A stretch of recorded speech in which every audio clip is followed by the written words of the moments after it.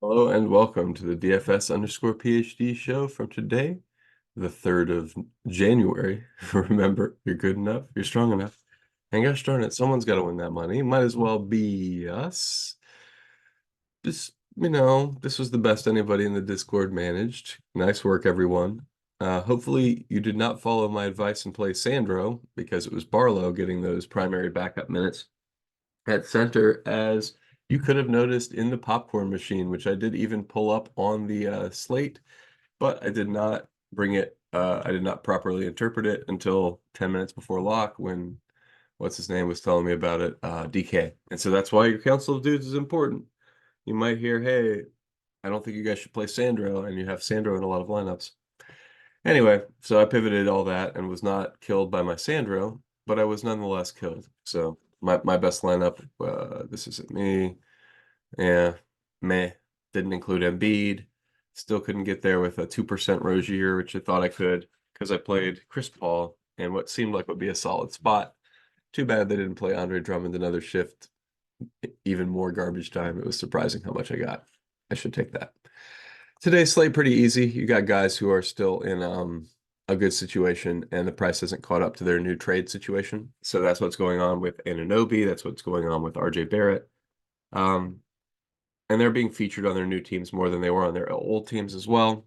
Whereas quickly, I got to make sure my quickly projection is correct. 30. Was that right? 33 minutes? I don't think that's right. Let's go to Toronto. Toronto game flow. Quickly played 28. Oh, okay. 28 minutes, is that right? He got in foul trouble though, yeah. Yeah. So I would expect him to play more like 36 minutes. Anyway, what's his price get up to? Is that why we're not getting there? I don't really follow why quickly wouldn't be on this list of people. 6,400. Yeah, okay. You could argue he's gotten appropriately priced, but I still think you could have a sprinkle of quickly. 5 to 15% would make some sense.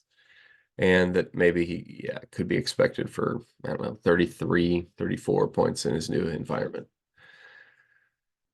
Still probably not going to get to very much quickly. But yeah, so the one thing I didn't doesn't seem like people are on is Hartenstein played 40 minutes, so that was pretty wild. So we have to set up a new fork. I said because it was 40 for him and 8 for Precious Achua. So now I have Nick's center foul trouble, and I'm assuming we get the same rotation because you had Precious Achua come in at 206, which is right when Hartenstein went out. And Hartenstein comes back in and plays 39.1 minutes, which is not great for the amount of Precious Achua you will be seeing. So anyway, and it is great for the upside on Hartenstein, who is an incredible point per minute guy. So I'm loading up the truck unless we hear something about one of the other backups is for sure going to play. Because they do have more bigs. I mean, they got Taj, they got Sims, they're all healthy now. But if they're just going to run Hardenstein as the bell cow center, and then whenever minutes he can't play Achua, that's a great fork, first of all, because people will assume Achua isn't going to play. So I think I have Achua set to 24 or something. Okay, we're getting to a smattering of quickly now. But yeah, some Achua would make sense eventually. Yeah, but they have a properly projected as well because they think that he could get some minutes. You don't have to go there tonight. There's too much value. Again, we're only leaving 100 on the slate, just because it seems like there hasn't been very much need to leave any salary recently. It seems like very efficient. Results are coming down, and we have 10 games, which means we have 300 dudes. So 300 dudes, you should choose them price effectively. I don't have any other rules right now, and the only other changes I've made are Hartenstein quickly, and that, yeah. So we'll see throughout the day. Obviously, if we get news, I thought the pace was pretty well captured. We have Milwaukee versus Indiana again, so I expect you will see a lot of Milwaukee and Indiana guys popping in your lineups eventually. Although I don't see that. I guess those guys are all priced exactly right. I got nobody from that game. How's that possible? I got like Bobby Portis at like 5%. What? So that's another way you could play it, I guess, is to full fade the guys from those games, but that's ridiculous, and I'm not going to do that. So I'm going to go and see how much Miles Presumably, yeah, a disrespectful projection for Miles. So if Miles doesn't get in foul trouble, he's going to be required to play a lot against Giannis. The chance he actually doesn't get in foul trouble, 15%. If he does get in foul trouble, now this smashed last time, and I pivoted off of it, but it was an Isaiah Jackson fork that totally smashed, right?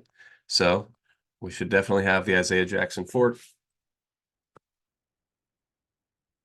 in totally smash mode, because if he does get those minutes in garbage time, he will smash. Chance of foul trouble, much higher than this, but I'll say 20% for now because he's going against Giannis.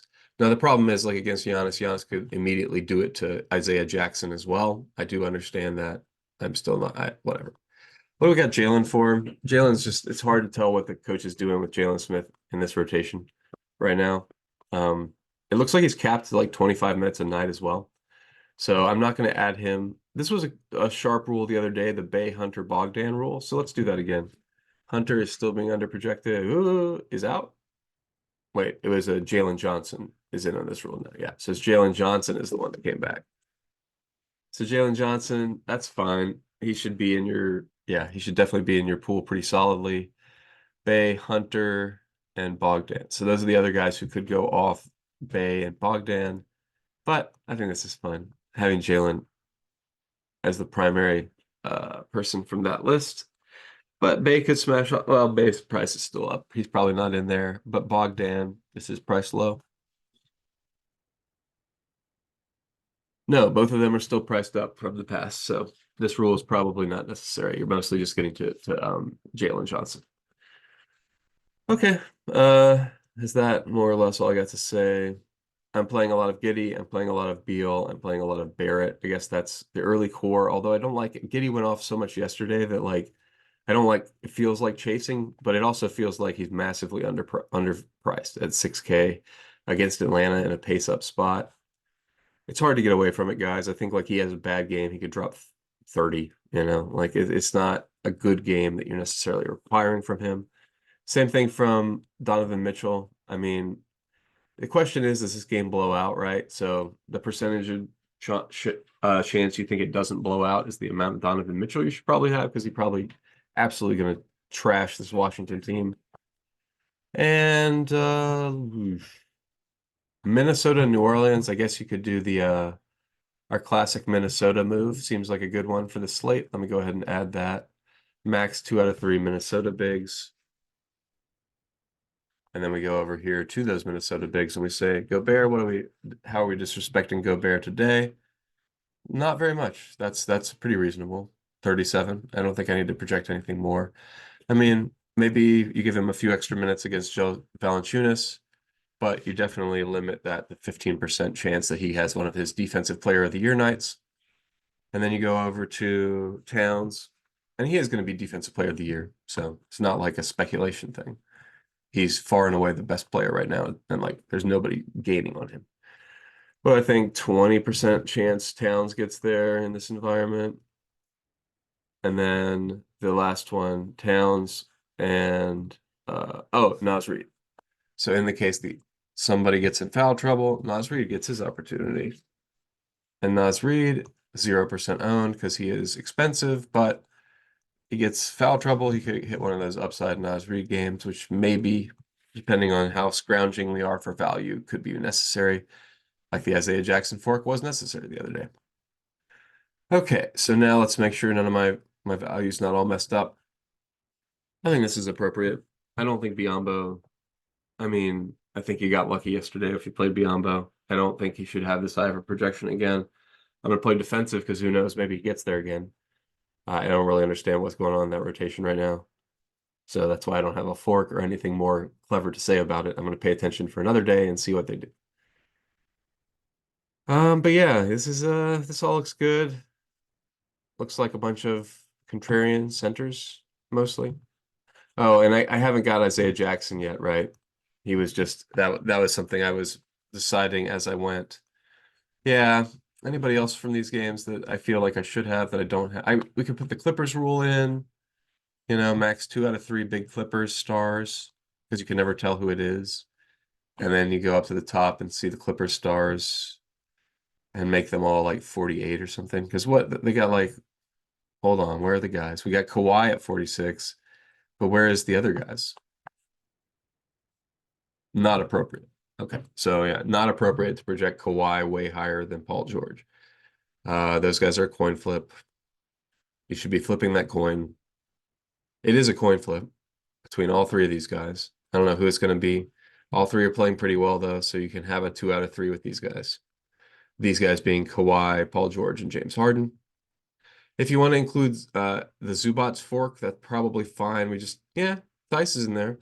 What's Theis's price? I think he's just too expensive to consider. 3,500. No, that's definitely fine too. Okay, so we got a couple things to do here. We'll put James Harden at 40, maybe 42. He's like a little bit lower than the other guys in terms of his upside at the stage in his career. We put Theis at 22. I get the feeling they've been going small though. Let me go look at the last Clippers game and see if they really split the center minutes. So Zubats got 28.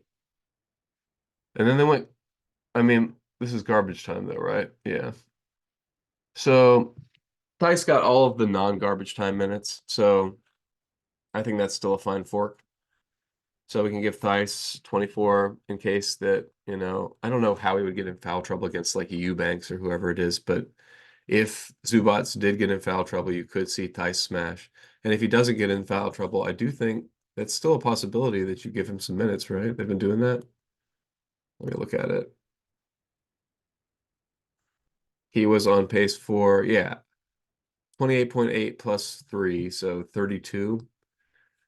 That's not great, but we can give him maybe like if we've seen the games where they decide to dominate with Zubats. So if they go with one of those games, it's one of those games. But 15% chance, can't predict those games, just like with a shooter, and 15% chance Theis feasts in a random foul trouble and or blowout game.